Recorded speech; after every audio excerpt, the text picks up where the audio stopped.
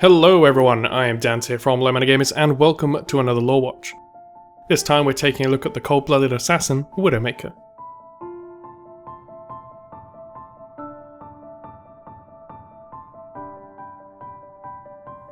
Born in the years leading up to the first Omnic crisis, little is known of young Amelie's life beyond a fear of spiders, a trait that would later come to define her. Having survived the first Omnic crisis that raged throughout her early years, Amelie would eventually become closely associated with the elite organisation that ended the war, Overwatch. Her marriage to Gerald Lacroix in the years that would later be known as the Golden Age came about as Overwatch expanded into new areas, looking to enhance humankind across multiple fields and disciplines.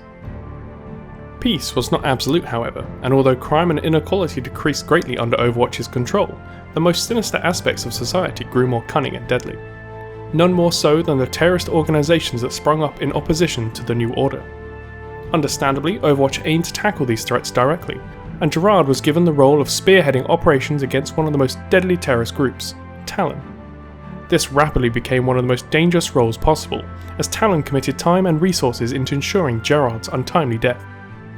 The Talon during the Golden Age does not appear to have been as brutally effective as the one we are now familiar with, as every attempt made against Gerard's life failed.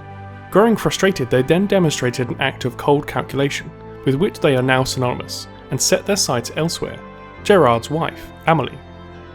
Gerard had years of training and the full might of Overwatch behind him. Amelie did not, and as such she was an easy target. They kidnapped her, but rather than using her as bait, they brainwashed her. She was reconditioned with one goal, to kill Gerard.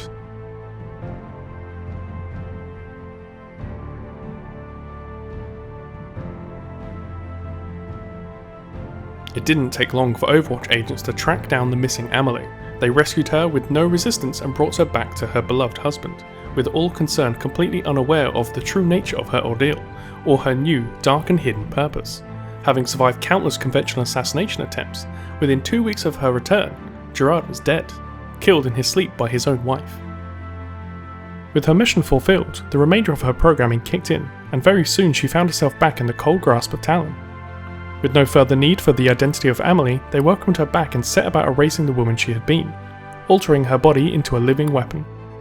Extensive training in covert techniques and an affinity for sniper rifles were part of the progress, but the rest was far more sinister. Using experimental genetic modifications, her heart rate was slowed dramatically, rendering her almost invisible to heat scanners and greatly enhancing her aim. The side effects were extreme. Her skin turned cold and began to turn blue, and all traces of human emotion were seemingly erased. Amelie was gone, and in her place a new assassin was born, Widowmaker, in homage to her first kill.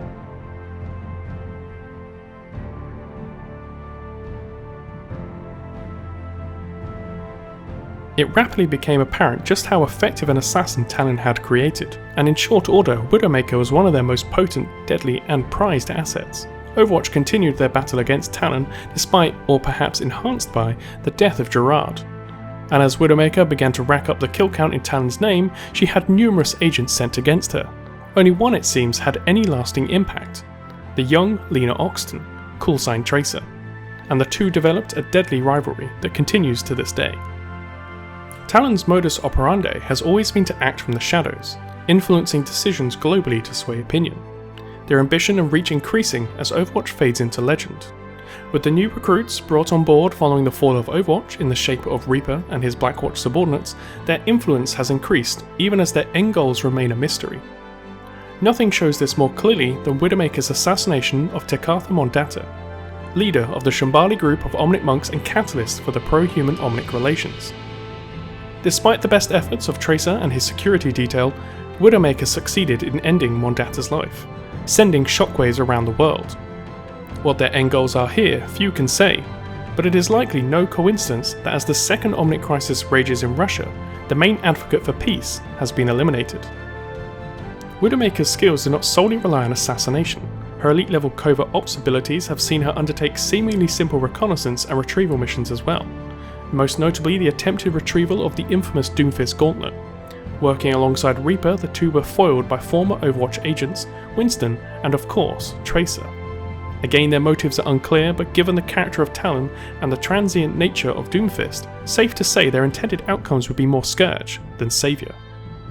Widowmaker will first and foremost forever be an assassin, however, her former life as Amelie utterly destroyed, replaced by a living weapon who lives only for the kill. Sniper rifle in hand, all too often the enemies of Talon are left reeling from the Widow's Kiss. Thanks for watching this episode of Lorewatch. Next time we'll be diving into the lore behind the Omnic monk Zenyatta. If you liked this video, please hit that like button, and if you'd like to see more, please subscribe. You can check out our previous Lorewatch by clicking on the video here, and until next time, I've been Dante, thanks for watching.